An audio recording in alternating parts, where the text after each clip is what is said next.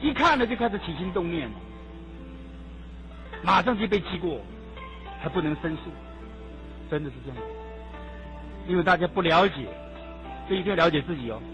所以哦，佛法是觉悟之学，让我们了解自己，来了解我们的生存的环境，要不然这个题目要讲，大家不会怕。你不先认识自己，身体发肤受之父母，不敢毁伤，孝之始也。你不了解这种大道理，你认为这是唱高调，糟糕了，那不要再讲了。如果你真正的了解，你就知道曾子是孔子的这个贤人嘛哈，那时候里面是个很高明的一个贤人，可以说圣人了。他就讲到啊，孟子也讲到这个问题啊，守身啊，我们中国讲守身如玉啊。如果我们对这个身体不好好的保护，等于是轻视父母给我们的遗体，见识他，那个罪就很重了。曾子到临终的时候还讲这种话呢，起于足啊，起于手啊，就打开我的手啊，打开我的脚，看看有没有问题啊，是父母给我生下来的这个遗体，这个身体啊，我有没有保护的好啊？如临深渊，如履薄冰啊，尔今而后，吾之免服啊。到了最后关头，曾子还很重视他的身体有没有父母给他的这个遗体有没有破坏掉，这么的谨慎戒惧。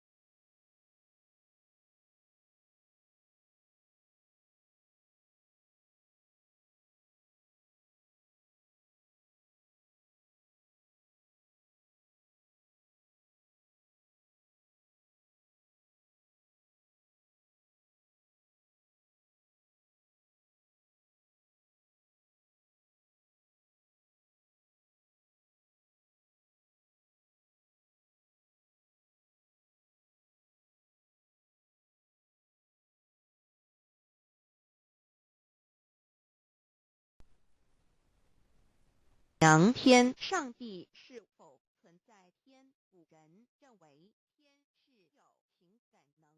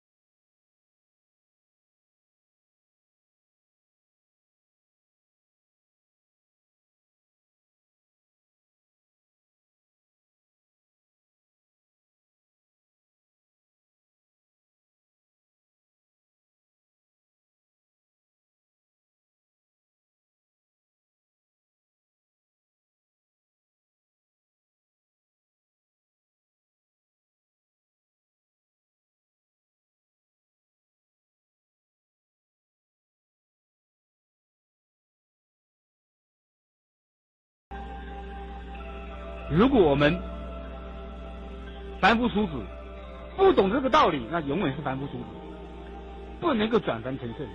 第一个，我们就是轻视父母给我们的身体，我们就利用这个身体去造罪孽，去享乐，纵欲为乐，放纵我们自己的欲望，追求不正当的感官享受，那就产生了所谓的乐极生悲这句话出来。所以色这件事情啊，是我们这个凡夫俗子最容易犯的罪业，它比起贪财杀生等等的恶业还要100倍以上难以控制，所以它的败德、败坏道德、取得灾祸，要比其他的恶业还要100倍的严酷惨烈，这是事实。所以叫做万恶之首。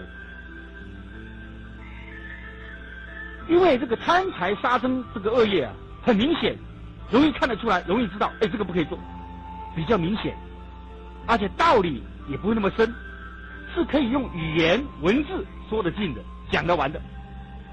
然而这个淫的罪孽啊，非常的隐秘，而且道理又很深邃，是我们用语言很难诉说尽的。所以太上啊，才用灭除意念啊，这个文字啊，从最初的一念来唤醒茫茫众生的痴迷。所以太上说，见他色美，起心思之。为什么呢？因为人啊，对于美色，当眼睛啊接触那一刹那，心若是一动，则会想念啊、思梦啊、贪求啊，这种种的念头就会缠来缠去。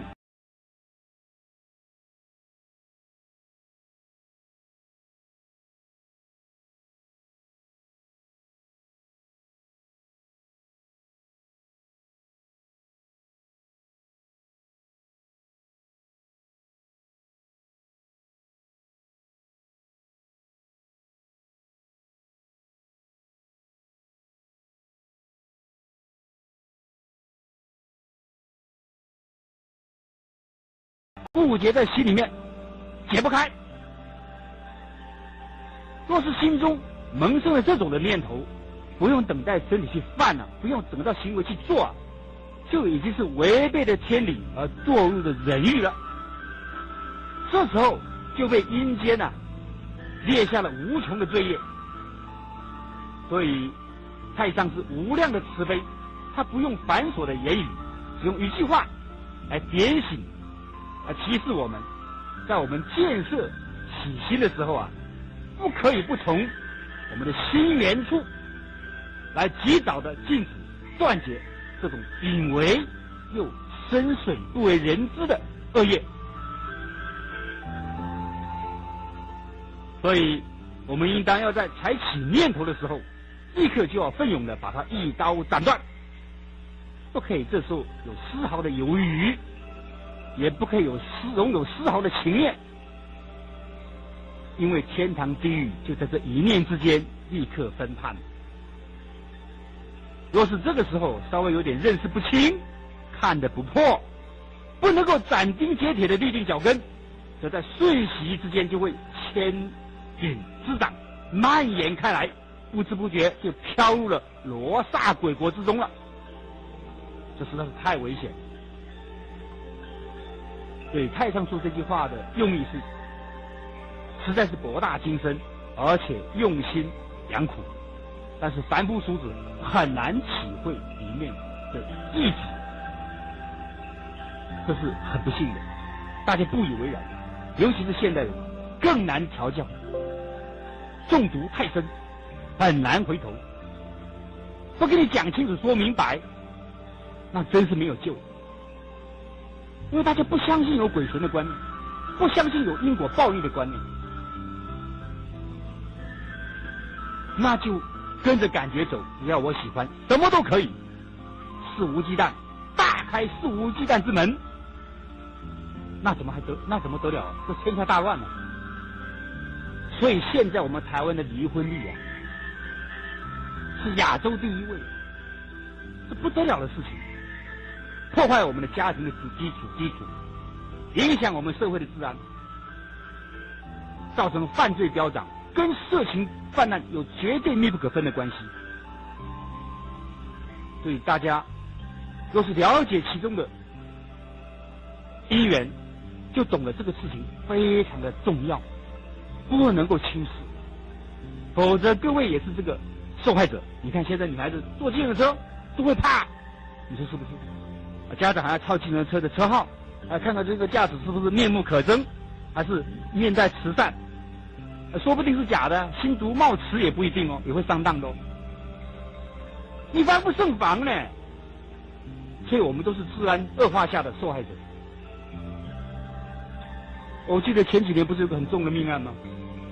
彭婉如命案，对不对？各位都了解啊。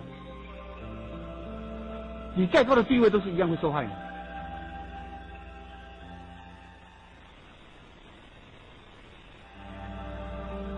所以大家一定要深信因果，要懂得这个鬼神祭淫的道理。各位有没有听过？鬼神祭淫，你没有听过吧？这是一句成语啊。鬼神很讨厌这些东西的。孔子说：“敬鬼神而远之。”其实我们身体里面就有三尸神，我们的肩膀上有善恶2部童子。各位可能对三尸神可能不甚了解。这个《太上感应篇》里面讲到三尸神，说三尸神在我们的身体里面，凡是人的心口意语啊，总是瞒不过三尸神的嘛。三尸神每到了庚申日，你要去查农民历就知道什么叫庚申日，每60天一次叫庚申日，也就是天神决断人的善恶的这一天。这个三尸神啊，就趁着我们人啊在熟睡的时候，与身体中的气魄啊，就上天去了，跟玉皇大帝报告啊，这个人做了什么坏事，心里面想了什么恶念，嘴巴里面讲了什么坏话，全部报告一五一十，不折不扣。当然他想给你加重一点是不太可能的，想给你减少一点也是不可能的，就不增不减。你说怎么办？我们不知道这个事实的真相啊。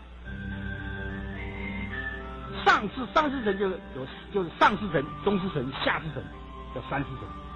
上尸神叫做鹏踞啊，它居住在我们人的头部，叫上尸神。它会令我们人啊多思考、多欲望，使得我们的人的眼睛昏花、头发掉落。中尸神呢叫做鹏志，它居住在我们的人的肠子里面，它会使这个人啊喜欢饮食多忘事，而且喜欢做坏事。那下尸神居住在我们的脚部，名叫鹏跷，它会令人这个好色，喜欢杀生，使得人的手脚四肢、五脏六腑啊扰动不安，坐立不安。这个我们考究三尸神的所作所为，他目的何在？他总有目的吧？各位了解吗？他的目的就是要使这个人啊拼命做坏事，多造一点孽，他好早死。为什么？我们啊常常说算尽则死嘛，一个人坏事做多了，他的寿命会被减寿夺算、夺计，甚至夺计是12年的寿命，夺算就是100天的寿命。犯大的就夺计嘛，犯小的就夺算嘛，这个都是神明在帮我们算的。就像减寿都不知道啊，减到最后就算尽则死了，就早死了。你看那坏事做多的年轻人，对不对？他活不到老一下子再见了，10几岁就再见了，20几岁就再见了，不是被车撞死就被人杀死、被枪打死的，多得很啊。你看所有的命案里面，就是所谓的算尽则死啊，自己没积德，坏事又做的不少，还不承认自己在做坏事，那就下去了。所以三尸神的目的是要使人快的死亡，他们好出去做鬼。做鬼的目的何在？你看那个我们这个初一15嘛，对不对？这个过节过年啊，拜什么血食？现在拜祭都不懂得用鲜花素，作为鸡鸭鱼肉，用血食的供养，供养这些这个邪神邪鬼。三世人出去就想做鬼的目的，就是希望人家对他血食的供养，他享受这个。你说我们要不要上当？不能上当啊！你知道我们身体里面有三世神的话，更要谨慎小心了，因为他在我们的身体里面呢。你想什么念头，动个邪念他都知道。人的身口意语，所有的鬼神里面三世神最清楚，他就在你的身体里面，听都没听过。不说不知道，说了吓一跳，你说麻不麻烦？还有《华严经》讲到，我们肩膀上有3、2、2部童子，就是所谓的天人啊。天人常见人，人不见天人，24小时在我们的肩膀上面收证录影。我们看到警察的收证录影，就不敢做坏事了，对不对？你看那个群众活动里面，这个要丢袖带，看着警察收下来了，录影机架起来就收下来，不敢那么肆无忌惮了，害怕被收证录影了。但是警察的这个设备啊是有限的，还有光线暗的，没有闪光灯，没有探照灯，就很难收证得很清楚，就模模糊糊的。但是这2部天神啊，3、2、2部童子啊，清清楚楚、明明白白，包括你做什么梦，他给你记起来。说人啊，只能够自欺啊，不能够欺人的。所以要了解自己啊，不是那么容易的事情。你要对天地鬼神要产生一种敬畏之心的话，自然我们的行为就会收敛，就会有自我约束的力量。否则你光会法律规定，你看法律规定的那么松散，那么轻微，怎么有吓阻力量？没有了，笑贫不笑娼就是这样子的。你看现在最有名的人，社会地位功成名就的人，过不了这一关呐，最后还是身败名裂呀。虽然他的速度没有那么快呀，但是已经够他呛的，够他难堪的了。他本来的福报很大很大，因为这样子而损得很严重很严重。但是他的果报在哪里呢？根据经典讲，果报都在3、2道，目前只是花报，让他的名誉受损，让他的家庭不和，让他的这个官位啊掉下来，这是花报啊，还不是很严重啊，果报就可怕了。真的，我会跟你们细说果报的问题。所以各位要了解，原来我们男女关系这么的复杂，就是因为大家对这个道理明白的不够深入。刚刚我只讲了一点点而已，慢慢再给你们娓娓道来。光是医学的观点来看这个问题，医学的观点就好了。我们中医讲的比较清楚，西医可能不承认，但西医也知道过度也不好。人的身体不是金银铜铁打造的，它是血气所形成的啊。这个我们中国人啊，有个医生很有名，叫孙思邈，各位听过没有？唐朝的孙思邈，他讲到人的气血啊，流行啊是有节气，跟着节气是相应的，要不然的话会非常严重的影响的身体健康。为什么呢？如果我们在社会上如果不加以节制的话，开始的时候不觉得有害哦，但是久而久之，日积月累的损伤的结果，必然会使得精髓亏损，气血败坏，最后导致死亡。这是中医我们孙思邈孙真人的讲法。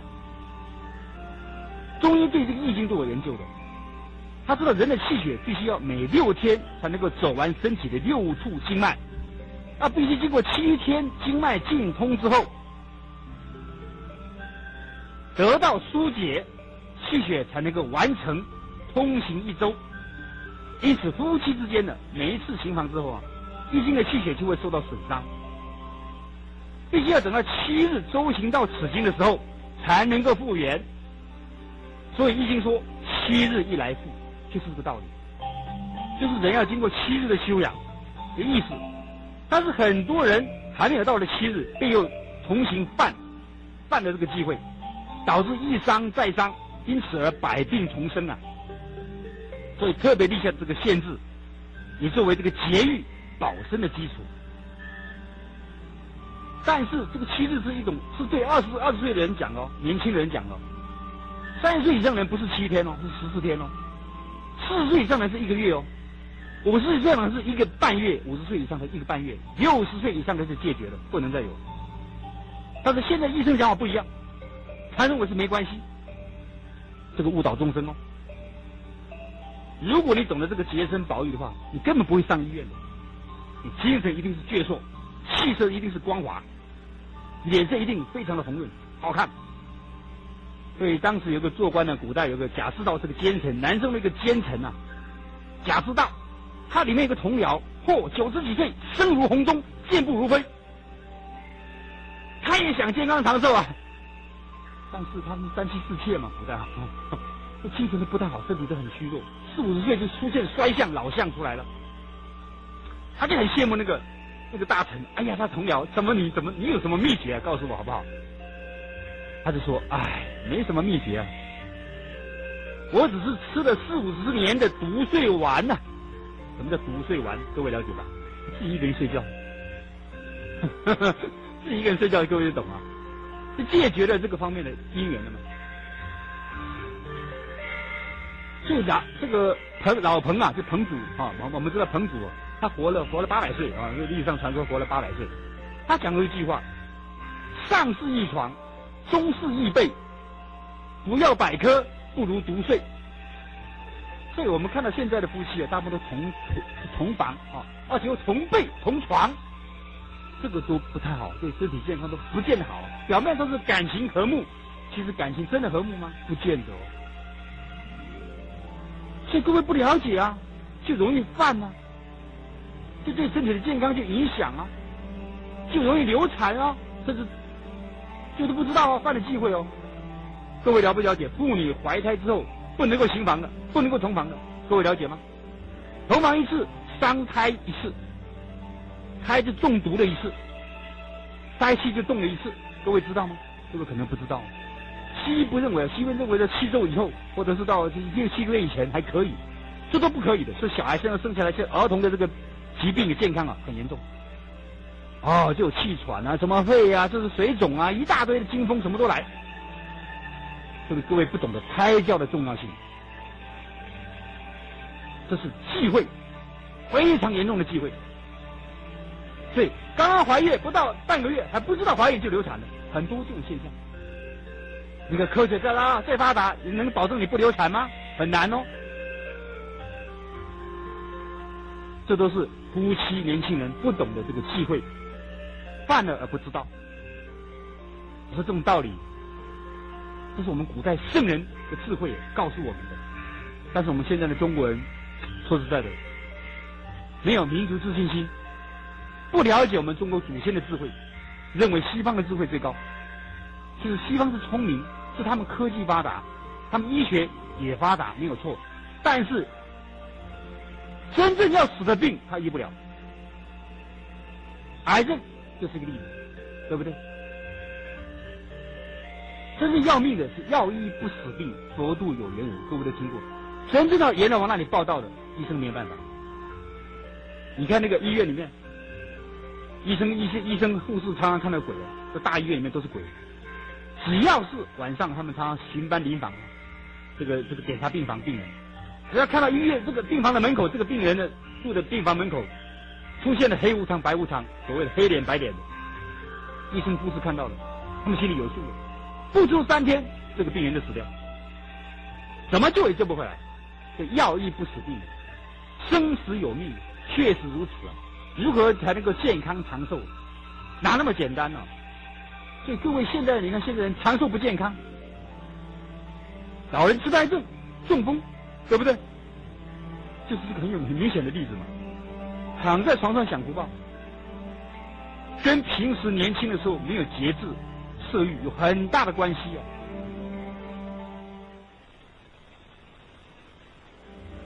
很多人不了解其中的厉害。你看“色”字这个字怎么写的？“色”字头上一把刀啊，“色”字头上一路杀机啊，没有这个杀自己的身体啊。男人更严重。所以我们在座的女性，你对你先生，你希望你们长相厮守，你要劝你先生要节欲不是好事纵欲不是好事。你要有智慧所以妻贤夫祸少，就是这样子我们叫做贤内助这个事情可能你们还不懂你不要以为先生怎么样你要随顺他也不对的你要有智慧去处理这个闺房里面的事情闺房之礼周公之礼是很深的道理不是随便的。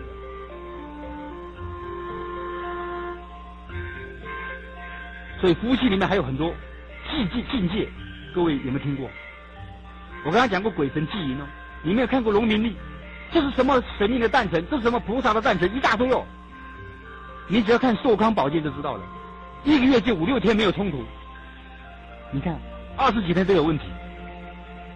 你们有没有想过这个问题？我看从来没有想过，没有想过就会出状况。来的孩子不见得好，跟你讨债报酬的多。怀了之孕的时候，各方面的因缘都会产生业障现前，会产生生事业或者是这个命运的挫折，都有功名的折损、福报的减损、财产的损失，跟这个都有关系还是遭到水灾火灾都有问题你看寿康宝鉴上写的很清楚，我们因此而编了一本叫《如何面对两性关系》这种小册子，就是把这个感应篇和寿康宝鉴汇整，跟这个小册子大家看得比较清楚、明白、简单、扼要，拿回去参考。书上带的不多给你们参考一下。真的是这样子有的很严重甚至是夺计，轻的就是生病，要不然减算减少寿命，跟这个夫妻之间不懂得这个道理的有关系还有生子不备，多有凶灾。你生下的孩子说实在的五官不全所谓残障跟父母不懂得这个道理都有关系的你说怎么办？所以我们现在只知道结果很可怕，但是却不知道造的因更可怕。所以菩萨为因，凡夫为果。有的人说这个生下残障人怎么办呢？就问师父，你看净空老法师怎么答复的？他说有的这个信徒就说这个超度婴灵，所谓堕胎有没有效果然后问这个老法师，老法师说没效。你以为超度就没事了吗？那个同事这个也有就说，那万一这小孩子生下来是个残障，那不是很痛苦吗？不如就叫他不生嘛。法师就说了，我们要晓得生一个小孩子残障那是来讨债的，你欠他的债还不让他来讨，还要杀他一条命。换句话说，你过去欠他的债，现在再加上命债，以后就更不得了了。现在科学家只看到眼前的这一段，不知道后世的因果。要知道因果通三世，这决定是大罪。那莲友说没有，这小孩子还没有成型，只怀了1、2个星期嘛。法师是说不行，神是一投胎他就来了，成不成型没有关系，他一投胎他就找上你，他跟你过去是有瓜葛，所谓报恩报怨讨债还债。如果他是来报恩的，你把他杀害，这就是恩将仇报，以后就变成仇人喽。明明他是孝子贤孙来报恩的，你杀害了他，他就变成仇人了，变成冤家了，这还得了这不得了了。就不要以为做了一点功德，花了几个钱，安个牌位就能够超度，没有这种事，那是骗自己，安慰自己，决定不是事实。这是老法师讲的这个各位要了解，非常的严重大家喜欢拜文昌帝君，你看考记到了，文昌帝君怎么讲呢？文昌帝君在民间很流行日本都知道，这儿女不孝父母自然会有天律来责罚诸路。儿女无罪，而父母却把儿女给杀了，这就是等于杀了天下的人民。而且父母欲杀儿女，为什么不自己节制自己的欲望呢？所以做人家的父母竟然敢杀人而不顾天理，今世像这种人实在是很多很多了。所以文昌帝君说，他看在以丰都鬼城中受罪的人有很多都是犯了这个罪的哦。因此期盼世人要积极的反省觉悟，不要使自己加速的遭到天谴。这是文昌帝君对我们的教诲。我们一天到晚这个求神拜神明求保佑很多这个世间的信仰都这样子嘛，结果反而出事了。不是文昌帝君不灵你没有依教奉行所以不感应。以前还有一个故事，郭印这个人他的女儿叫郭颖凤，有一天就被2个小鬼追出他的魂魄，遍历了18个地狱。他看到最后一个地狱有位冥王坐在殿上，大殿下面有数百名妇人依序的在那排列，而且每一个人都有小孩，抱着他的大腿2腿抱着他的脚在哭泣嚎叫，叫什么？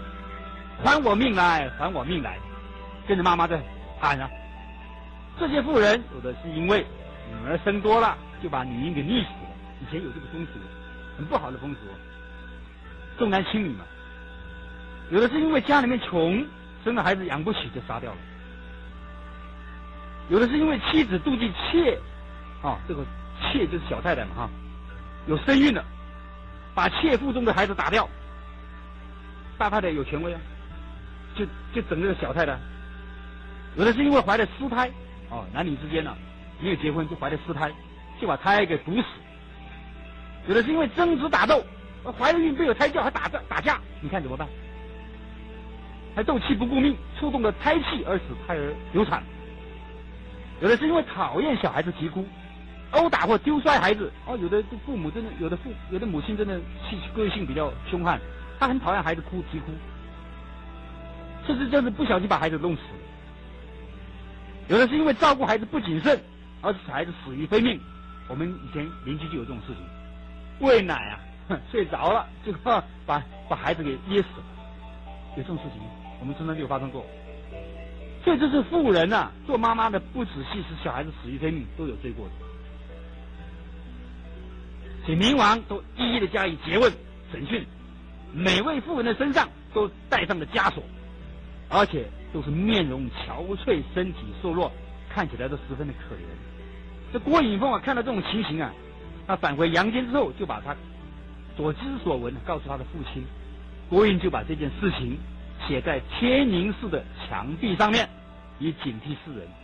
这个往往会有这种印证的事情借机教化众人。刚刚我有讲到堕胎的问题，一定有医生帮忙，要不然自己用药。以前用自己用药，也有用靠医生的下药。以前中医也有这个药现在西医科技更昌明更容易更方便你看医生的个案。所以我们看到刑案里面，警察发觉警察里面发觉那医生被绑架勒赎大部分都是妇产科医生。你有没有发现？有没有发现这个事实？所以世间处处是学问，就看你心专不专了。你只要稍微用一点心，就知道里面因果在哪里。照理说，妇产科医生功德最大，接生上天有好生之德。但是现在很多医生妇产科医生他为了赚这个堕胎的钱，就昧着良心，扮上婴儿的杀手，都是赚血腥钱，很容易得到精神耗弱，很容易来麻醉自己，很容易产生精神空虚，甚至精神关联症，甚至产生意外事故、车祸，在这个淹死，或者是反正横死了。这是真的不是假的。新闻报道你只要稍微注意一下，你会发觉里面很大的学问，不是一笔带过。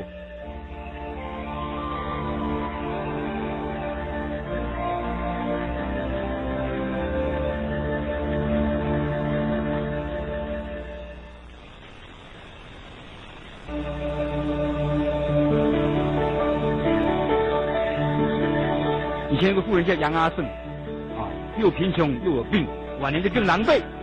他临终的时候，他自言自语的说道：“这事情给我们看他说我前生的时候本来是一位医生当病人看病的时候，没有详细的检查病情。有一次，有一位妇人自称肚子痛，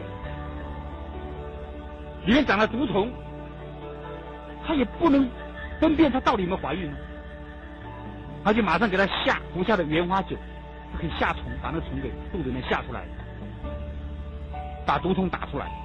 结果妇人服下的这个原花酒之后，与肚子里面的双胞胎一起都死了，一尸三命。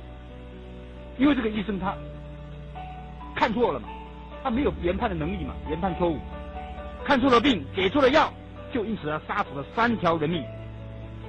那应试的民官就以这个杀人的罪名来处罚他。所以他说，我在阴间受苦，阴间的苦受满之后，又处罚我投胎做女人，这一生已经是第3次了，而且生生世世都是做下贱的奴隶，帮人家做女佣，经常必须忍受着饥渴贫穷的煎熬，很少有安宁的日子。我这种的遭遇可以告诉世间做医生的人，他以前是医生，一定要以我为戒啊。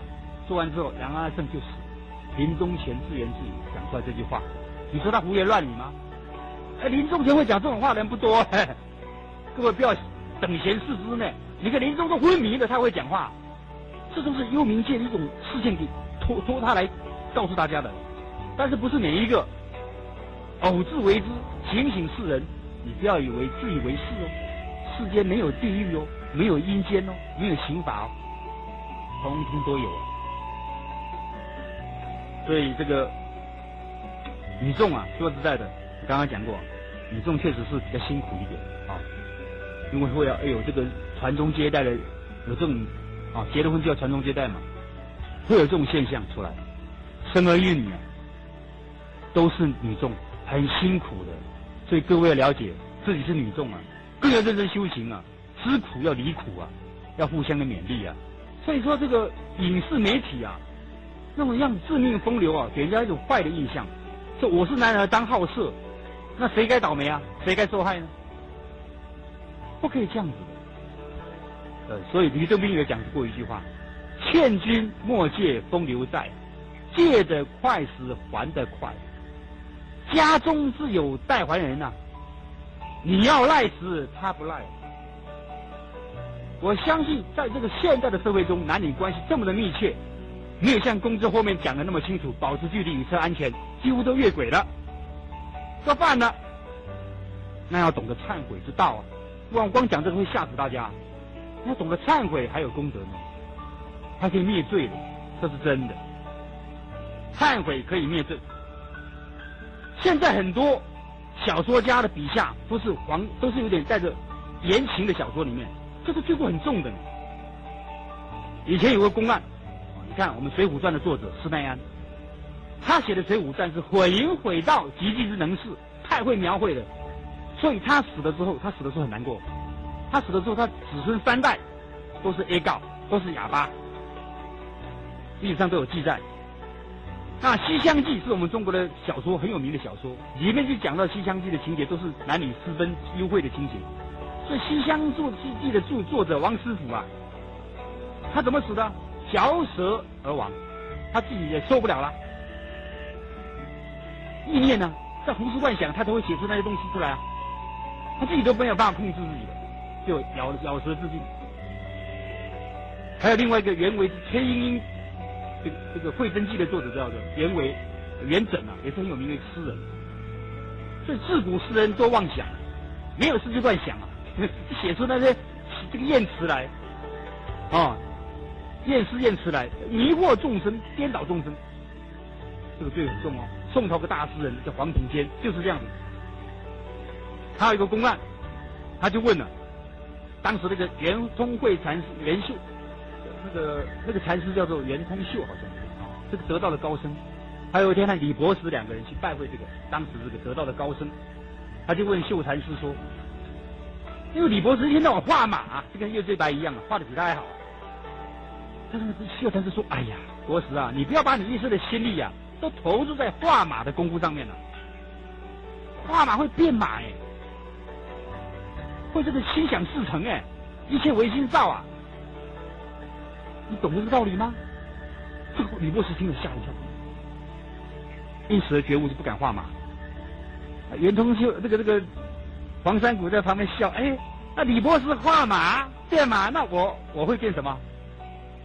他就逗他笑李博士啊，秀团就很呵斥他一顿。李博士画马变马只是他一个人的事情哦。你写那个言辞小说诗词，野燕的诗词，那让多少天下人受害啊！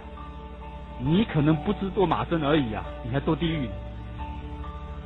哇，吓得黄山谷，以后再也不敢写了。为什么？他知道这个秀禅师是得道的高僧呢，不会乱讲话的，他的境界很高的。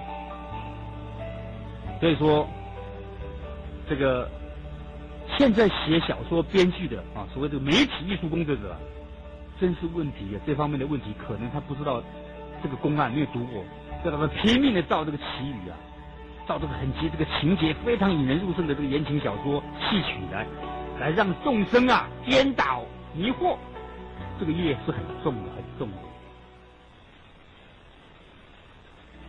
我们谈到这个，我们古代啊，对这方面为什么那么重视啊？甚至认为会损功名，其实啊，真的会损功名。我们可以用这个公案来解释啊。李登这个人，在18岁的时候就考中乡试中的解元，但是一直到了50岁都考不起功名，没考起进士。那李登啊就拜访叶净老法师，他问他其中我为什么考不上的原因。叶法师便替他叩问文昌帝君啊，请求指示。这个文帝啊就命神力拿李登的官籍，他做官的这个部籍啊，给法师过目，请法师参考。上面怎么写的？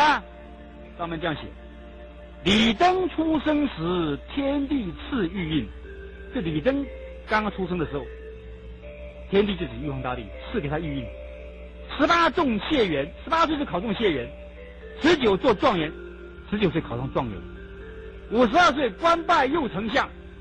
因为18岁中了解元之后，暗中偷窥了邻家女儿西岛，因此功名延迟了10年，而且还被降了2甲2等。又因为侵占了哥哥李丰的房屋的地基，功名又延后了10年，而且还被降了3甲。又因为奸淫一位郑姓的良家妇女，功名又因此而延后了10年，前后合计延了30年。现在又奸淫了邻居的女儿，真是造恶不断，不知悔改。上天已经消去了他的功名，因此李登终身都不会再考中功名。这个叶法师就把这些话告诉了李登，李登因此而惭愧羞愤而死。所以我们要知道啊，祖父啊、祖先啊，不知道积了多少年的德啊，才出了一个状元宰相的儿孙。李登却是自己造孽，把自己的状元宰相的功名啊，真是全部消尽了。这样不但是辜负了天恩，也辜负了祖宗。自己把这种男女间的欢乐看作最重要，功名富贵靠一边，根本不当一回事儿，竟然以些微少许的淫恨，丧失了原本自己许许多多的福禄，你说悲不悲哀呢？所以于铁桥先生说啊，就算你是状元宰相的命，也是不难一笔消尽的。这是很有名的公案。所以说，这个犯了这种男女之间不规矩的事情啊，确实会影响我们的福报。大家都怕被损福、折寿、折禄，就要千万注意这种事情。另外呢，犯了之后怎么办？可不可以忏悔？可以忏悔。但是你是明知故犯，那就不行哦，就罪加一等了。就是不知道，以前不知道做错了事情，现在知道了，回头是岸，苦海无边，知道忏悔要改过，一样可以灭罪。所以上天不罪哈，以忏悔的人嘛，有这种话。我们里面讲2个公案来证明这个事情。以前呢，新华人呢叫齐望，他到了50岁都生不出儿子来。这个相士就看他，哎呦，齐先生啊，你这脸上有恶气，必定是做了亏心事啊。这个齐望听了吓一跳，就承认了，我在年轻的时候不懂事啊，结果等于是做了坏事啊，没人知道，这犯了邪淫啊，像是很惊异的跟他说道，你犯了这种的罪孽的话，应该是要劫子劫孙哦。要知道邪淫的罪孽最难通忏悔哦，你必定要积大善大德，才可以挽回天心。结果齐王因此听了相师的这个劝告之后，拼命忏悔改过，拼命做好事，啊，非常乐于布施。到了第3年，齐王他无力行善，不假手他人，自己来干，不肯让人。这时候相师就说了，你脸上的印字纹全部显露出来了，你不必担心你没有儿子的。齐王果然生出了一个儿子，到了70岁还能够抱孙子。所以说忏悔确实能够挽回天心的证明。我们既然知道错了，就要悔改。我相信男生呢，几乎很多都犯了这种过错，连圣经都会讲到这个事情。不要让我们陷于诱惑，但救我们免于凶恶。我看那个长毛在电线杆上也讲到，神憎恨色情，在东西方的圣人啊，都有同一的这种讲法道理哦。所以各位只要去看一看，你就知道圣贤人对我们都讲这是万恶之首，千万不要碰。但是一般人不是这个讲法，就很严重了。耳濡目染之下，就容易似是而非了，搞不清楚了，模棱两可了。我也曾劝过这个办公室的女孩子，我的同事同学啊，还有蛮有身份地位、阶级蛮高的女孩子的爱美嘛，女为悦己者容嘛，好像是一种天经地义的事情。其实各位要注意哦，女孩子不要穿的暴露。比方说你穿没有袖子的，你穿迷你裙，这对吗？在你认为来讲，这是我个人的事情嘛，个人的行为嘛，应该不至于影响到别人嘛，对不对？这是很时髦的象征嘛，这种风俗嘛，认为这种习惯嘛，不以为怪了。其实你不知道啊，男生啊，看到女生呢，都喜欢眼睛吃什么冰淇淋嘛。你穿的越少，他越高兴啊。为什么？让他起心动念啊，产生这个意念的行为啊，他思想上犯罪，你都不知道啊。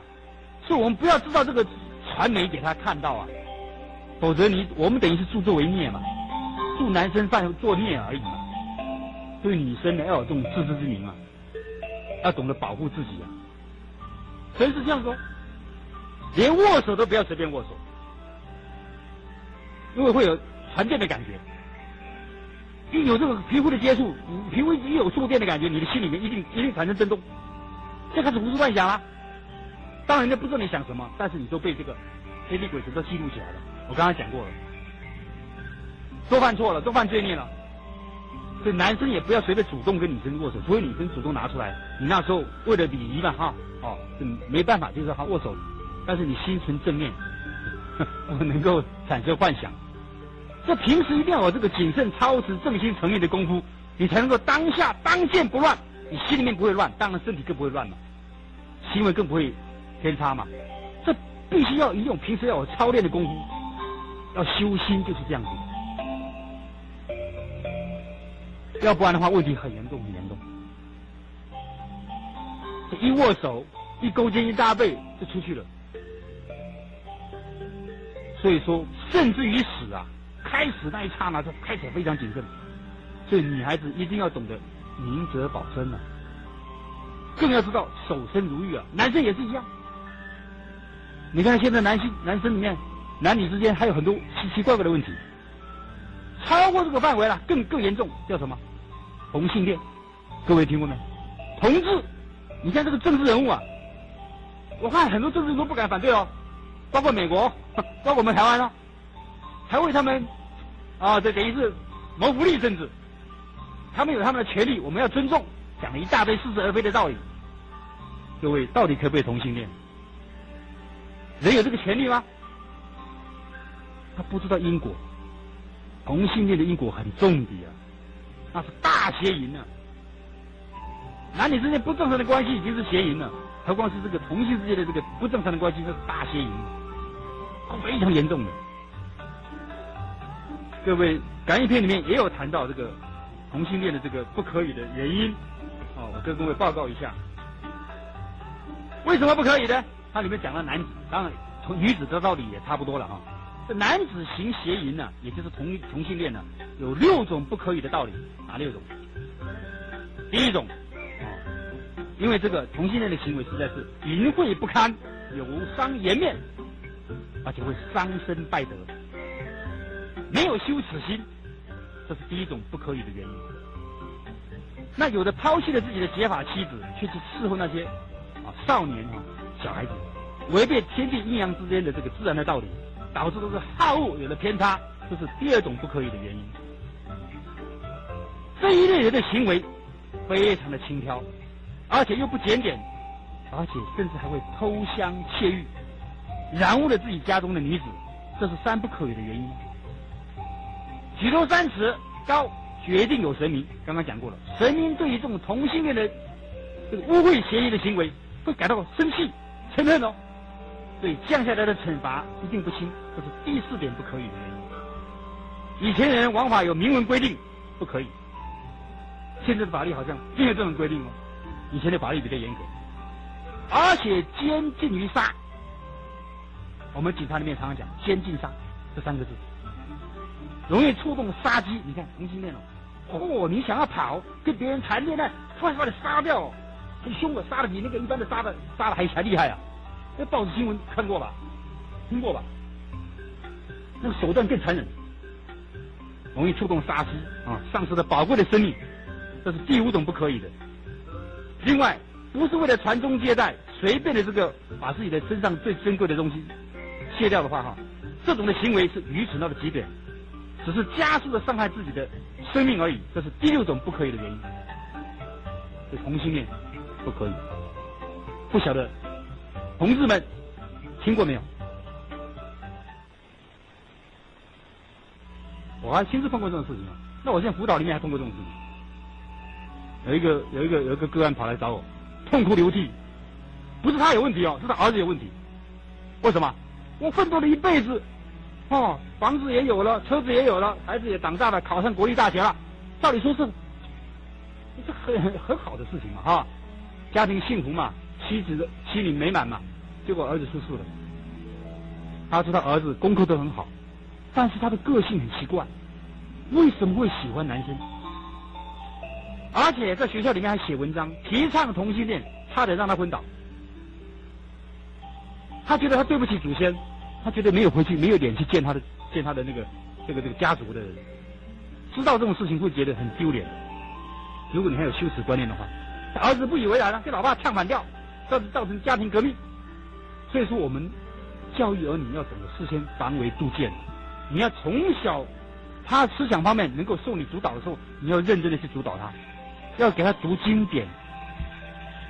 对，子孙虽愚，经书不可不读，他才有免疫的能力，他才不会随着群魔乱舞，他才有是非真伪的辨别能力，要不然都是受害者。书虽然读得多，可是只是知识，只是常识，他没有辨别真假的能力，很可怜这都是实际的个案我们知道欲望越重，就表示我们造的孽越重。你看那个陈建新，一天到晚对不对？没事就强暴，他的欲望太重了，孽重情偏迫，他迫不及待。你看那个狗就知道了，巨婴犬嘛，有比巨婴犬贪心何太赫？为什么那么贪心呢？新烧一聘狗，一个母狗在那里，又烧又臭，群雄爱彻骨。你看公狗都爱得要死强者居其间，比较强的就上去了，这个弱者绕其侧。你看比较差的狗体力不够，打不过他的，就躲在旁边看。以遂施愿者，洋洋独自者之后非常得意，妥舌迷两耳这个舌头吐出来，两只耳朵垂下来，惭愧全不是，根本不知道什么叫惭愧，公然降中在街头马路。莫有狠心人，大杖殴其疾。有一个人看到很不高兴，这什么乱来，影响这个观瞻，妨碍风俗，砰一棒打下去。一片好恩情，尔请上魂魄，吓死都跑掉了狗。所以说各位了解我们这个娑婆世界没有一个不爱色的，男色女色，女爱男色，男爱女色，上至诸天仙包括仙人都喜欢下至于早师，狮子跳蚤也喜欢，各位也应该知道凡有行事者，皆被业蛊没，都被这个业力啊所埋下去了，都被这个淫欲啊所扶住、所控制住了。但是其中有轻重的差别，不是天渊隔，有天地之间的悬隔，就是刚刚讲的福重欲失衰，孽重情颠簸。有福报的，他这种欲望就开始慢慢的减少。比方说，有这个学问的人，或者是有修持的人，他这个欲望就减少了，他福报大，对不对？他不随便了，他守身如玉啊。那福报差的，做仙班科的，他就乱七八糟，很随便，放纵情欲。所以佛家希望我们能够先扶住这个烦恼，就把它断掉，就是这道理。尤其是《楞严经》讲的最清楚，《楞严经》各位听过吧？里面怎么讲呢？若诸世界六道众生，其心不淫，则不随其生死相续。这个所有的世界里面呢，都有六道的这个众生啊，不是我们这个娑婆世界而已啊。如果这个心呢都是没有淫念的话，就不会六道轮回了，就不会生生死死了，一直持续不断了。所以他说汝修三昧，本出尘劳啊。你这修行人啊，修了三昧的这个定功啊，可以出去跳出这个轮回的，解除这个缠缚的。但是你的修行那个淫心不除啊，尘不可出，你出不去哦，三界你出不去哦。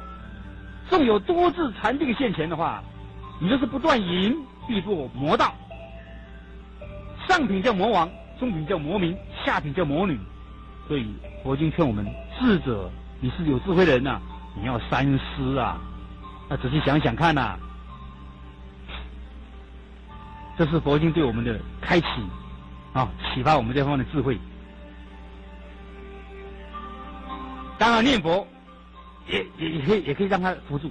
像你看观音菩萨普门品里面有讲到若有众生多于淫欲，常念恭敬观世音菩萨，便得离欲。你常常多念观音菩萨，这关容易破容易扶住容易解除所以劝这个年轻的小孩子就开始念，等他发育的时候，危险的时刻，他就能够控制他的身体了，就不会被身体的冲动产生行为的冲动。你要爱你的儿女，从小就要灌输他这种观念，要观察自己的身体不干净，要懂得这个念佛要懂得这个道理。但是不需要跟他太强调这个器官怎么样啊，这男女这个什么乱七八糟的事情来讲，不需要。你只要把他的免疫系统增强，他自然可以，他碰到了，他自然能够迎刃而解。不需要我们一天到晚的强调。你看现在性教育都跟你强调，通通出事。你看祖师印光大师讲过他是很保守的他知道这个厉害医生劝那个打脉的时候，这个妇女这个有病有病的话都不能够有房事不能够行房否则会加重病情各位知不知道？小病会变成大病医不好的很多人不知道，医生也不讲，不明白这个道理了。所以说他结过婚的还跟他讲，他没结过婚的医生最好不要讲。讲的让他产生这个念头妄想好奇，奇怪，医生怎么跟我讲这个？他根本没谈过恋爱，也不知道这个事情。以前是比较保守那现在几乎都知道了，你说怎么办呢？这一点希望大家不要因为这因药成病那更糟糕了。所以我们劝人家要得体，要劝得恰到好处，要讲的刚刚好，免得他因药成病。你不讲还没事，一讲它更严重会有这种现象，后遗症副作用。谢谢各位。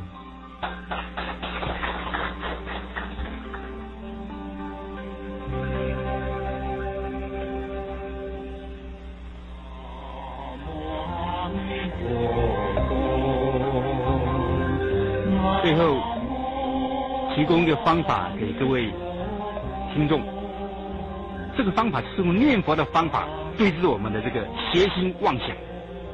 怎么念呢？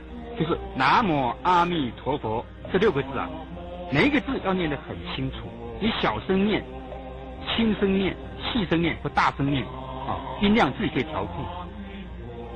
南无阿弥陀佛，南无阿弥陀佛。南无阿弥陀佛，南无阿弥陀佛，南无阿弥陀佛，南无阿弥陀佛，南无阿弥陀佛，南无阿弥陀佛，南无阿弥陀佛，南无阿弥陀佛，刚好10句，每一句念完的时候，心里面要数一个号码，就1，第2句就是2，第3句就是3，以此类推，刚好10成一个循环。你要念得清楚，这个字句分明。南无阿弥陀佛，字句分明。你要听得很清楚，听自己的声音。那心里面数那个号码不可以念出来的哦，记在心里面，跟数钞票一样，不要给它乱掉。1到10这样子一直念下去，循环不断。你试试看，这个妄想杂念一下就静下来了。你可以10声勾个指头，10个指头就100声了。行住坐卧，随时可以念啊，厕所、浴室。这个睡觉的时候是默念，听你自己的心声。我们心里面有心，有那个声相啊，你可以仔细去听。这个佛号是不能离开心的，所谓佛不离心像我们的心自然就会被这个佛号转得清清净净。所谓佛号投于乱心乱心不得不佛，这决定得到大好处。将来等到我们这一期生命报尽的时候，决定往生极乐世界。今天供养各位这个重要的念佛方法，希望大家认真的去做。谢谢各位，阿弥陀佛。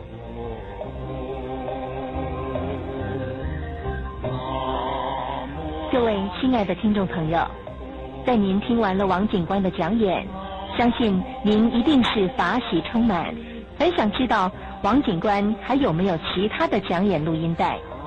现在特别向您说明，王警官的通俗讲演录音带有《绝了谁是我》、心理辅导经验谈、改造命运救世界、生命能量的释放、自我成长改造命运、关怀青少年心理、话说从头说起、预防青少年犯罪根本解决之道、怎样获得真实福报、从了凡入净土、生命尽头的省思等等，都很受到听众们的欢迎。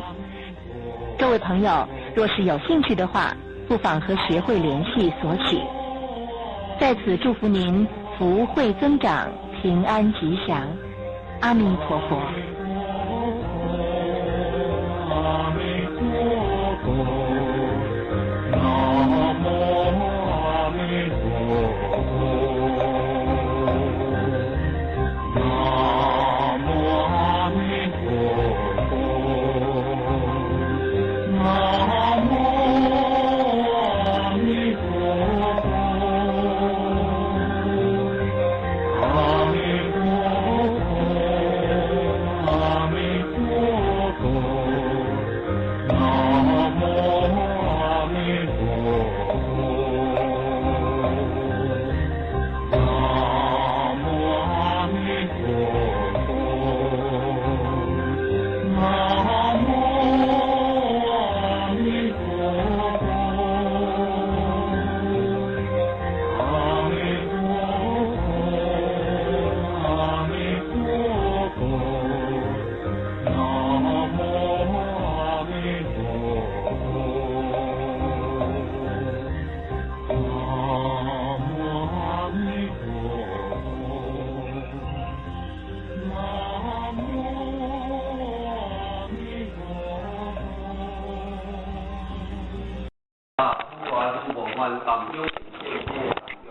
当然，伫这个所在有缘是甲咱讲啦吼，因为伫这个佛法的这个世间呢一切会万象万事万物呢总是一种的这个假象啦，即使讲伫咱人生的当中充满了着人生的富足甲了着这个名利，但有这种都是一种过眼的事情所以讲呢。亲像咱释迦牟尼佛来讲的，当然伊是一个释迦佛太子嘛，未来就是一旦成就了就是一个国度，会使讲享受了个荣华富贵，为什么？伊甘愿放弃了着这个现象的一切因果富贵，甘愿抛妻弃子而去修行。当然呢，这就是由于伊游了四声nú伊体会了着人生生老病死，所以讲呢，伫这个人生的当中，甲伊视为这种亲像一种的图画，非常的关键呢。所以咱来甲想，伊世尊呢已经来甲咱印证了着这个事实。当时世尊伊若是为了着伊会当成就了着太子国王来享受了着伊这个国王呢的这个荣华富贵，那现在的福德这个福寿呢，就毋是咱说的得太子嘛。所以讲呢，伊来甲咱印证，来放弃了着短暂，那么呢来成就了着伊的未来。那当然就是讲抛弃了着现状的一切，未来会当达到随根福明嘛。所以讲呢，伫世间来讲，当然咱伫修行啦并毋是讲咱就会当拥有了着财富，毋是，只是讲咱伫人生的财富，会当互咱人生的圆满。以自外，咱若如果拢家己投资伫现象界，伫咱未来，若讲生不带来，死不带去嘛。所以讲呢，伊只是甲咱讲，伫咱追求荣华富贵的当中，当然咱毋免别去着修行，因为修行就是一个根本，也就是要咱会当真正归根复明，这才是一个重点。所以讲呢，过去修行的人来讲起，为什么伊咧抛妻弃子？伊有这个王母将相的为伊无爱，甘愿去修行。当然，伊要找着因。这也是咱世间的，咱讲100岁年老，大家拢要当转西方。那么你无抛弃了着现状的一切，咱要转本方来就有困难。因为安怎讲？咱讲淡中明见真嘛。咱要倒转去，咱讲就爱无拖无欠。因为咱自信是会使讲依照着公曲中的自信嘛。那么咱如果安尼无来抛弃一切，要拥有一切，当然啦，咱有要归转伊无，咱是要来归个转。当然就是爱伫世间的时阵，咱要安怎？也是讲本来无一物，何处也平啊。伫无的当中，伫无的当中会当成就了有。咱是无中生有嘛，来出现了有，但是要归倒转伊无，那当然共款，咱来恢复给咱本来的面目。所以讲个淡中明见真，也就是讲，咱伫世间的当中，咱爱淡薄了着天上界的一切。因为这就是将来咱要转本还原，你会当恢复了咱菩提自性本自清净种的这个将来啦。所以讲呢，互我因能甲咱共同呢来探讨呢，那么也就是这个主题富华诸梦幻，淡中明见真。那当然呢，是上中甲咱讲，光明智慧经，照见心法界。那么欲求真实性，一切无所见啦。当然呢，咱要会当来显露了着这种光明的智慧，也就是咧讲着咱出世。咱讲囡仔是天真无邪嘛。伊会使讲是来出世，伫这个英语的当中呢，伊会使讲是非常的这个清净。所以讲囡仔呢，囡仔伫英语的时阵，伊若如果讲伊咧枵。或者是讲伊咧艰苦，还是讲要拄啊重，伊会有反应。若无，就讲明吼食饱，伊就要归于现状。归于了就这种如如不动的这个本来的这个现状。那么呢，由于了就因为囡仔大汉了后，那么有色心用事，所以慢慢的失去了就咱真有的本性。但是而且咧讲的光明智慧经。就是咧讲，咱本来拥有这种的天真，那么呢，咱来当出现以为，无必要外在一切的色来甲咱灭迄个话呢，其实咱有法可能保持了着咱本来已拥有的这个恰当之心。所以咱讲识缘多，心缘明嘛，识缘多，心缘明。也就是因为咱了解出世了后，咱会避了着这个色心而来，蒙蔽了着咱本来迄种因道工作上的事情。所以讲呢，那么咱来当用着光明智慧经呢，自然咱当出现以为天无为智慧，那么呢，咱会当有了着咱的智慧，真甲假，是甲非，好甲歹，咱会当真正自然，了然伫咱的身躯，当然就是讲调整生活界，一切拢总是好的。但如果呢，咱流落了着这个世间了后，当然为了着这个假存在，咱讲6万多年来嘛，佫包括伫咱出世了后看到的，捌代志了后看到的就是这，所以咱会自从这物件，甲当作是真的。所以讲咧，伫人生当中咧，无非所追求的，就是拢这物件。所以咱的真如自性咧，已经被了解这个外在的一切来蒙蔽。所以讲咧，欲求真实性，要求着咱的实性，实相就是无相嘛。实相就是无相，迄个咱是真。因为咱身躯的这个身躯的作用，就是由了着咱无看到的自性来应用着咱的身躯，而来发挥了着伊的功用。所以讲咧，咱要去求道正来解的时阵，咱讲一切无所见。一切无所见，毋是讲修行修到啥物拢无看到，只是咱讲用意不足，听而不闻，那么视而不见，伫外在一切自然的这种的反应，咱一定爱了然在心，用着咱的智慧去甲伊啥，去甲伊这个感召。伊会使，咱就去甲伊做；袂使，当然咱袂当讲世间就是安尼，咱就是随境就想嘛。安尼去甲做的话，当然咱要看着咱的实性，真实性是足困难的。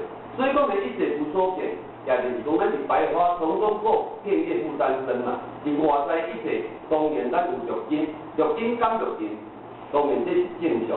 但是咱毋通为了着肉根减肉根，生肉性。生肉性，所变成是色心用事。那么呢，人格为真，伫外在一切呢，咱的真如自性，所去互伊外在一切来甲咱蒙蔽去。至于安尼呢，伫这个家庭也好，是个人也好，伫这个社会上来讲起呢，所造成了就真多的这个混乱。那么呢，再来就是讲以这个第二点，那么唯有丢掉它，才能。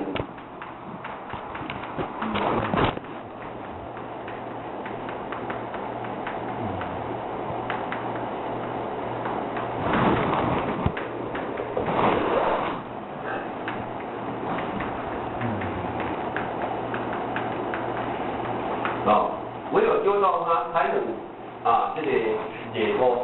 那么呢，咱伫修行的当中呢，无非就是心、靠、意，这个心靠意。那么呢，伫这个心来讲起，咱就咧讲咱身躯的这个动作，咱来甲讲，为什么呢？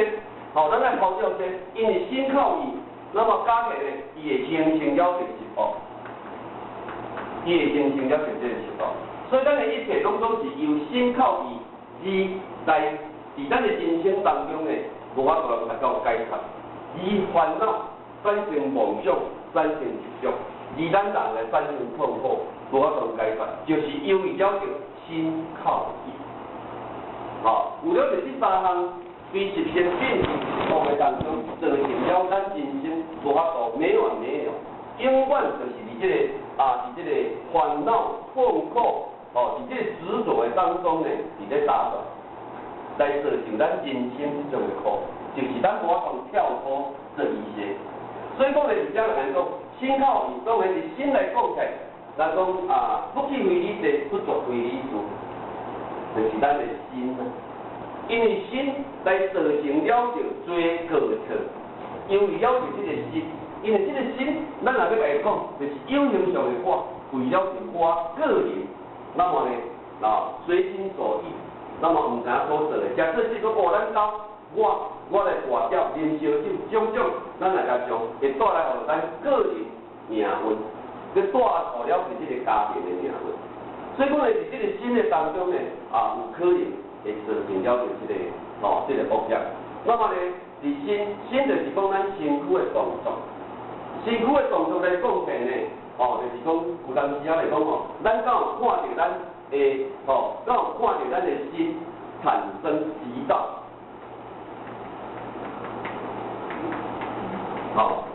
咱会产生急躁，咱会感觉咱轻浮无？咱敢有发现着？有发现着了后，咱敢会当家己即个啥呢？咱敢会当家己缓和落来，哦，家己缓和。哦，因为有阵时呢，咱有当时看着无爱看，听着无爱听，有可能咱是急躁。哦，无定着咱的动作轻浮。那么伫咱的人生当中呢，咱若如果伫事事项项的当中，拢总是落在经常细心，而来产生了新的质素。哦，咱来甲看，哦，已经就失去了是咱本来迄种言妥妥讲妥妥的迄种的迄种真如自性的作用。所以讲呢，伫咱修道来讲起来，哦，咱讲是历练。当然，伫咱无修行个性的模式，行为的轻浮，当然随了着外在一切，伊来造成了着执性的人、轻浮的人。但是咧，今日去咧修学道唱言就是讲有断着了，咱无爱听，咱无爱看，咱有法度来降服咱的心。当咱急躁的时候，咱是毋是会当甲缓和下来？我可能要看，我急起来，的时阵我是毋是会当家己缓和好起来？咱有看着咱的指导，看着咱的轻浮无？当咱若看着了后，咱是毋是会当家己缓和？当然这种的物件呢，拢总是爱照正来历练。若无呢，有当时讲，若无长件事，咱咧感觉到，大家人个性拢袂歹，拢足温柔的。毋过咧长件事的时阵，咱会当去看到安尼了后，来缓和落来。所以讲呢，其实是修学道，就是要慢慢互咱来历练，来历练。所以讲呢，咱有真济下道菩萨来讲起，伊无论长个啥物事，他都这样。你绝对看不到他在生气，为什么？因为毋是伊嘛是一个人，为什么伊有法度安尼？当然，这种总是爱刻过历练，刻过修炼呐。刻过修炼。所以讲呢，伫咱修行的当中，咱要慢慢来成就，就是靠着了一切因缘，那么来历练着咱。所以是修行，咱有看到咱咧指导无？咱有看到咱咧辛苦无？有诶话，咱是毋是会当甲缓和下来？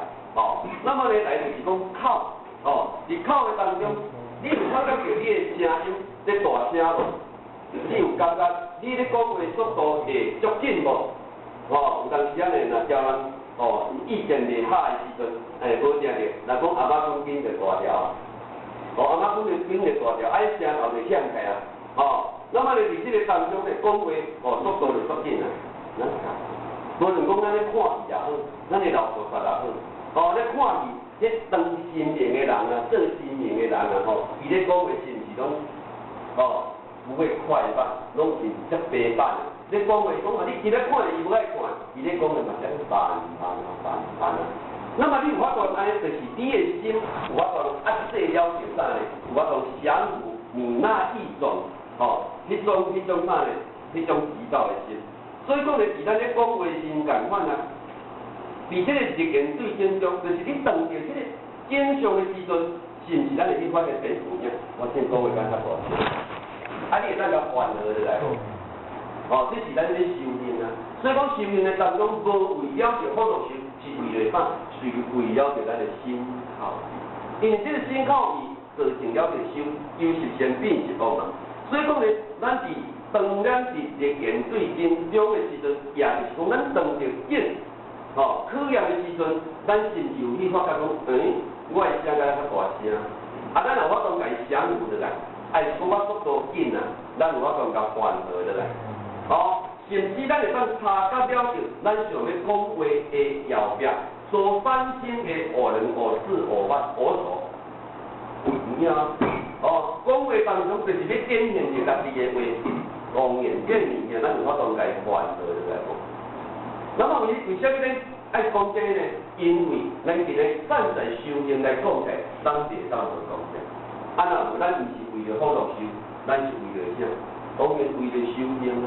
那么在修行的当中，是讲少少做一些，咱才有法当解脱。因为这来甲咱绑架真暗，咱另外活动去解决。那么伫义来讲起，哦，伫义的当中呢，咱有看到咱的思想，哦，较多呢，咱咧讲讲，无法咧受是大家拢看袂着，毋过我的心咧滚啊，你敢看会着？看袂着。所以讲咧，伫心咧滚，哦，一起来掠讲啊，大家拢看会着，咱心是会甲缓和的。但是咱心，哦，看袂着啦，大家拢无看到无法咧受气，其实无法真心咧滚，一样。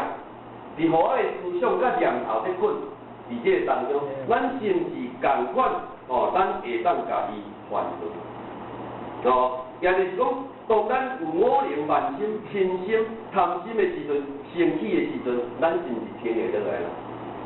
哦，停下来讲，你伫这个历言对心中的当中呢，哦，看到这个境了后，咱有产生了着可能，哦，会迄个慢心、贪心、甲嗔心。那么呢，当伊压起来的时阵，咱心就发觉着。哦，咱来发觉着了后，是毋是咱甲停下来？有啊，嘛是。当你发觉来着，咱就回光做出来讲，咱今日咧修行。哦，咱咧修行的时阵，咱要安怎甲这个啥呢？这个代志来缓和好得来。当然，这嘛是会使讲是足重要。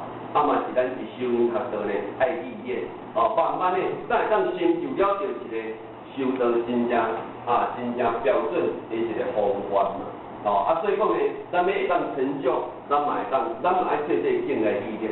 咱咧家庭当中、同事当中、朋友当中共款咯，哦，毋是讲哦，咱今日咧修行，我来道场，我拢有法度相互其心，但是伫平常的时阵，我就无法度相互其心，这嘛毋对的哦。哦，因为咱咧修行，到处娱乐其中，到处就是道场。那么咱娱乐其中，拢会当用着咱修身养性、修道的方法来展现着一个修道的人。咱来甲看，大家拢嘛足嘉义咱教咱做伙，来看着咱嘛足欢喜的。哦，那么呢，咱教大家会当达成一片，修因为啊，咱有咧修身养性。那么这个家庭的当中呢，大家就会当和蔼嘛。那安尼家庭的当中，是毋是会当扭转着这个命运？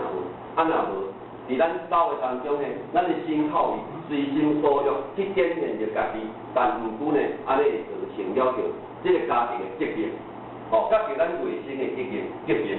所以讲呢，伫这个当中呢，变成就是会来产生了着真济的这个纠纷。所以讲呢，咱这个。六祖坛经呢，内底甲咱讲，哦，菩提自性本来清净，但用初心得了成佛啊。哦，但用什么心？就是护持心靠意。啊，咱来讲护持了解这个心靠意，来了解着咱的意志行动，伊会当真经验真行，那么随时来查觉了着家己的话。那自言自言呢，咱会当保持着这个心靠意，那么但用初心得了成佛，当然就无问题啊。好，就无问题，因为有了解这三项，互咱成了真济恶业嘛。那么咱会当直接来做一个改变的话，那么当然呢，咱就会当来改变。但用初心得了成佛呢，要做正去，自言自言呢就无困难。哦，所以讲呢，伫咱修行的当中呢，其实咱对心靠意的当中呢，咱要安怎去家护持？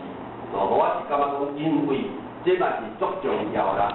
因为修道，毋通我修道修足久，修久甲无久拢无差。安尼呢，咱当只修到尾，咱嘛毋知感觉咱是咧修法。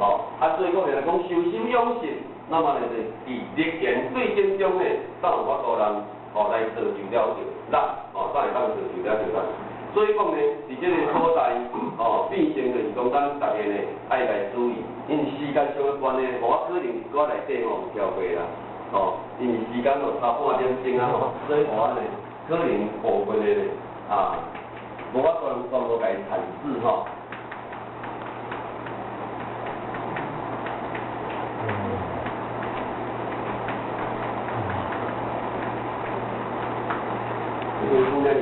咱就比较有可能用，可能无啦，可能无咧用。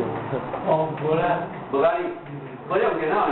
无啦你你讲出过来啊，讲出一条，你睇睇哦。那好的。真可惜啊！爱干一条咧。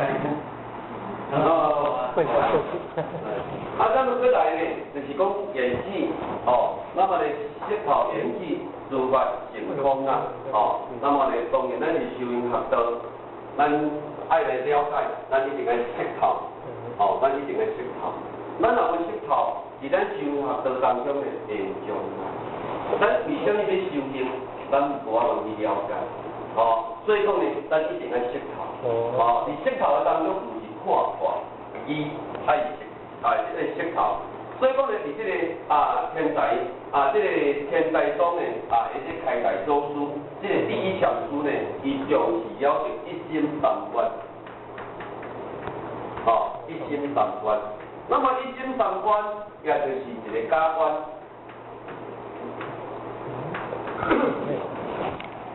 空观，那么呢加用观，这就是一心三观。那么伫修行的当中，当然这就是咱共款咱爱对这个所在来做一个观照。若要做一个观照有影，咱今日为什么咱要来修道？那么为什么要食素食？为什么要来道场研究？为什么要来三班做道？那么呢，这世间就好。那么为什么我爱安尼做？所以讲呢，这个第一禅师呢，伊在一心三观，伊真重视，伊来提倡着一心三观。也是所谓修行的当中呢，咱一定要去观照。咱若无去观照呢，其实咱伫修行当中修到尾可能咱嘛唔知交咧心态，有可能会惯惰迷失。因为我也袂错去啦，修行嘛咧艰苦啦。要修行的，定定要带道场啦。要无伊是伊袂应该要死去啦。就搁万一讲要大人，万一讲要开班，讲要来做，万一讲要来做，迄个心产生点，是这样的就讲唔爱修啊。因为讲咱也袂着用，这样咱为什么来修？所以讲呢，伫这个所在，伫这个观，这个观呢，也会使讲就是一个达理啦。这就是一个达理，嘛会使讲是特务啦。天这个啥呢？这个发誓事项，天了解这个发誓事项，天了解这个发誓事项，所以伫观会使讲是非常的重要。但是有呢，伫咱观来讲起来呢，伫凡夫伊的观是用目睭咧看，好甲歹。我来一贯做了后嘛足伤心啦，但是就是嘛看不下啦，若破病啦，若感觉讲家庭嘛袂顺啦，用外表来咧，所以讲呢，凡夫是用目睭咧观，只会当看到表面，就甲伊定义。好甲歹，哪里观得歹？因为我来修行，我无感觉讲我较好食，嘛无感觉讲我身体较勇啊，拢相像啊。但是你搁甲回想起来，咱去到对一个宗教，咱拢安尼，差无偌济啦，破病嘛是拢有啦。但是这就是咱爱去甲注意，所以讲呢，咱凡夫嘛用目睭，看着你甲定义好甲歹，善甲恶。因为咱的目睭呢，用咱的目睭去甲论证，有人遮咧看，佮看袂准啊。咧看佮看袂准，所以讲呢，咱来甲想，咱若去撞着一场的车祸，大家拢围咧看嘛，唔知咱各位先生捌去看人咧车祸现场无？敢捌？捌啊！大家去咧看安怎？去咧看可怜，高一个等啊等落去讲。高一个边仔就长去，骹手拢长去啦，迄个人可怜安尼。但是我就讲，咧读册时阵坐后车，司机看到车祸现场，伊会咧甲看。伊讲我毋是咧看啥，我是咧看讲为什么会发生车祸，迄原因啊。你若讲知影讲即个车祸是安怎发生的，以后是毋是咱家己会警惕家己？你若去咧看讲哎哟可怜有够可怜的啦，等下平常走出来，安怎？这咧看白白咧管闹共，无啦，无共啦。所以伫这个所在讲修行以凡夫甲圣者咧管无共款，因为凡夫咧管是用表面，但是性者咧观是用心观比较。